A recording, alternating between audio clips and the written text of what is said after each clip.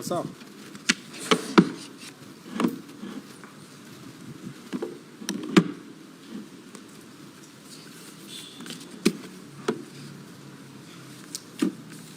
Good afternoon, everyone. Are you ready? Thank you very much. Thank you very much. I am making a statement this afternoon to update the country on the state of investigations into the chaos witnessed in parts of the country on the June 25th and July 27th of the July 7th, sorry, on the June 25th and July 7th this year. On June 25th of June, on 25th of June 2025 and July 7th of 2025, criminals in different parts of the country visited raw and unprecedented terror on innocent citizens, causing distress, disruption, mayhem, and untold destruction. On these 2 days, marauding gangs of looters and barefaced anarchists broke into private business in multiple parts of the country, thrusting many individuals and families into poverty. Years of hard work and sacrifice were lost in an instant, leaving hard-working Kenyans staring at losses and financial ruin. In this chaos, 42 Kenyans regrettably lost their lives and close to 600 were injured. Out of these injuries, 496 were law enforcement officers. This is unacceptable. One life lost is one too many. We mourn every life lost and extend our deepest sympathies and heartfelt condolences to the affected families. To those who suffered injuries, loss, and trauma on those 2 fateful days of sheer terror, we say poleni sana. Public facilities also bore the brunt of the destruction. The anarchists targeted police stations, government offices, vehicles, and a hospital. This disturbing trend of targeting police stations, stealing firearms and ammunition points to a coordinated attempt to subvert the state's ability to guarantee law, order, and public safety. When a police post or a station is raided or razed, it leaves the public at the mercy of dangerous criminals. It's our solemn duty as a government to ensure that citizens are safe and secure. Every Kenyan deserves the right to protection, and no one should ever attempt to usurp that duty. The violence and destruction witnessed across the country in recent weeks, however, were on a scale that has never been witnessed before. It is incumbent upon us, therefore, to nip it in the bud with the full force of the law.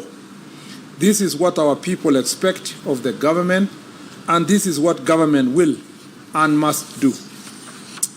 Kenyans watched in disbelief as the brazen attacks on our security installations unfolded on social media and on live television. At Dagoretti Police Post, for example, the criminals stole guns and razed residential buildings, housing officers and their families. In Kikuyu, a mob attacked government offices, torching Kikuyu Police Station, the sub-county headquarters, National Registration Office, county government offices, the Assistant Chief's Office, the Kenya Forest Service Office, Kikuyu Law Courts, as well as Dagoretti Police Post and police lines. They also partially destroyed the Kikuyu Sub-County Probation Office and damaged 4 motor vehicles belonging to Dagoretti Police Post, including that of the officer in charge. 9 suspects have been arrested to answer to the attack on the Dagoretti Police Post, while others are still being sought.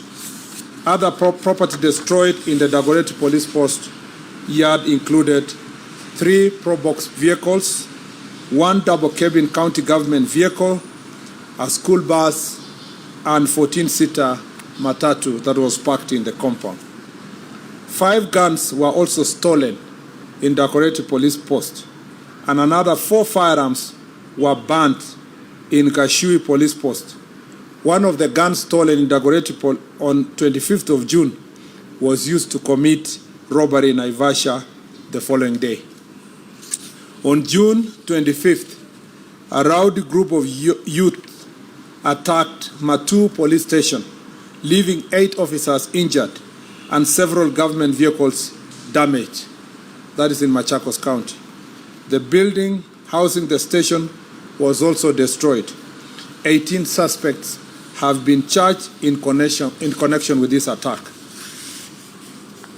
In Machakos County, 66 suspects linked to torching of gas tanker along Kitui Road on 7th July have also been arrested and charged. In another shocking attack, arsonists invaded and burned Olkalau police station, killing 3 suspects who were in custody.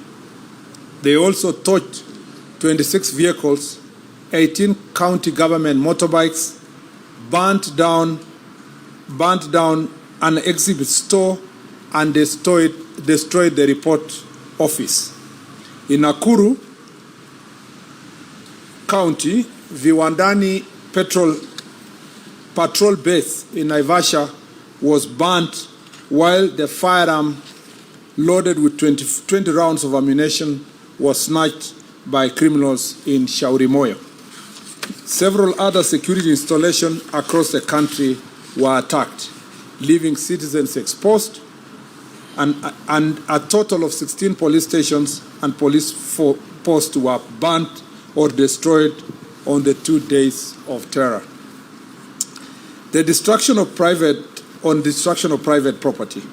In 2 days of the chaos, many Kenyans suffered huge losses following the destruction of their businesses in various parts of the country. In Naivasha, Nakuru County, goons looted stock from Naivas, Power Star, and Ketia supermarkets, and thereafter set ablaze Power Star supermarket. A total of 100 people have been arrested in Nakuru County and charged with various crimes in relation to these acts of criminality. In Ruiru, within Kiambu County, a similar fate befell Quickmart and Carrefour supermarkets, where goons stole property worth millions of shillings after breaking windows and destroying CCTV cameras in the establishment. A total of 86 arrests were made over the crimes committed in the county in the 2 days, and various charges have been preferred. Naivas supermarket within Nyeri town was also broken into and goods worth millions of shillings carted away. 21 suspects have been arrested in connection with this criminal activity. On the same day, a group of rioters invaded Mountain Mall within Kasarani area in Nairobi County, where they looted goods from Naivas supermarket and other shops within the mall. 3 suspects were arrested and arraigned accordingly. At Kidurai 44 area, another set of criminals invaded Kasmat supermarket. In Eldoret, goons broke into Ketia supermarket and stole goods worth millions of shillings, and 12 suspects were arrested and arraigned. In Meru, a group of thugs set ablaze Muguna's supermarket using suspected petrol bomb. Years of investment went up in flames. The criminal element stole alcoholic drinks also from the 7-Eleven bar. Selenite supermarket was not spared in the looting and the mayhem. 40 suspects have been arrested in Meru in relation to these criminal acts. In Kirinyaga County, 21 suspects linked to the looting of Nice City supermarket in Mwea town were arraigned. Gangs also torched the Kirinyaga Central NGCDF officers, leading to the arrest and arraignment of 4 suspects. In Kagumo town, mobs broke into county supermarket and stole goods worth millions of shillings. 2 suspects have been arrested and arraigned in connection with the incident, and others are still being pursued.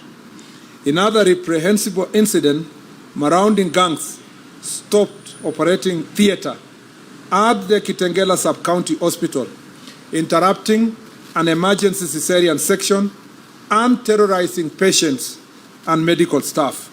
2 suspects have been arrested and arraigned in court for this heinous crime. The 2 were granted bail of 50,000 shillings, surely 50,000 shillings only, after invading an hospital and interrupting a cesarean operation. Only 50,000 shillings were granted as cash bail. These lenient bail terms are unacceptable. It is in hospitals that we seek refuge at our most vulnerable moments, and to infringe on this privacy is an offense most foul. Arising out of these unprecedented attacks, close to 1,500 people have been arrested countrywide and are facing various charges, including terrorism, murder, robbery with violence, sexual assault, arson, malicious damage to property, and targeted attacks on strategic national infrastructure. Of these, 50 individuals are currently under investigation by various crimes investigation units, while 71 cases are being handled by the Anti-Terrorism Police Unit for offenses related to acts of terrorism. We commend our security agencies for foiling further destruction and wish a quick recovery to the officers injured during this unprecedented violence. The operation was made possible through timely intelligence, which revealed plans to target critical infrastructure, including transport systems. Intelligence-led operations across various counties have resulted in the arrest of individuals believed to be masterminds and financiers, plus the instigators and the direct perpetrators of these criminal acts, including those responsible for incitement to violence and politically motivated mobilization intended to stoke public unrest. Those who incited, organized, funded, or executed these attacks will face the full force of the law. The financiers and political sponsors of this mayhem are being investigated and will soon answer for their crimes. Similarly, any police officer accused of unlawful use of force will face the law. As I speak, 1 police officer has already been arraigned and is facing murder charges. Further, any excesses by law enforcement officers will be investigated and appropriate action taken on those found to be culpable. Cognizant of the raging debate and national concerns on the use by security personnel, I will this Friday, pursuant to Article 245(4) of the Constitution, be issuing a policy directive to the Inspector General of Police on the use of force and firearm by law enforcement officers.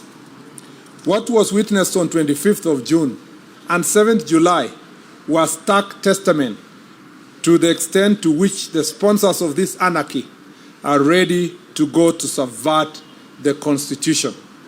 This was not protest. It was pure premeditated criminality, deliberate, dangerous, and deeply disturbing. The right to assemble, demonstrate, picket, march unarmed, and present petitions to authorities is guaranteed by our Constitution, and that cannot ever be taken away.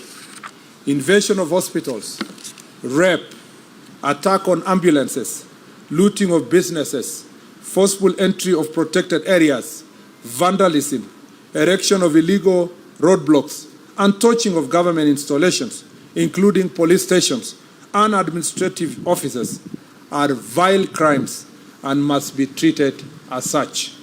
We cannot, as government and as a nation, normalize the senseless loss of lives and livelihood and the threat to peace and stability. I once again urge all citizens to reject and denounce violence.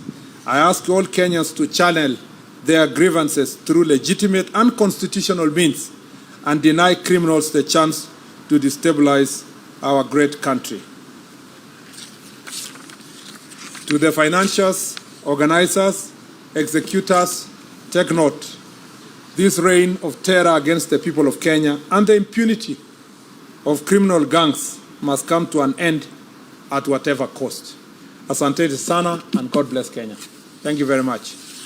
I assume there is no questions. My statement is very clear, and I do not intend to take questions today. Yeah? Asanteni sana.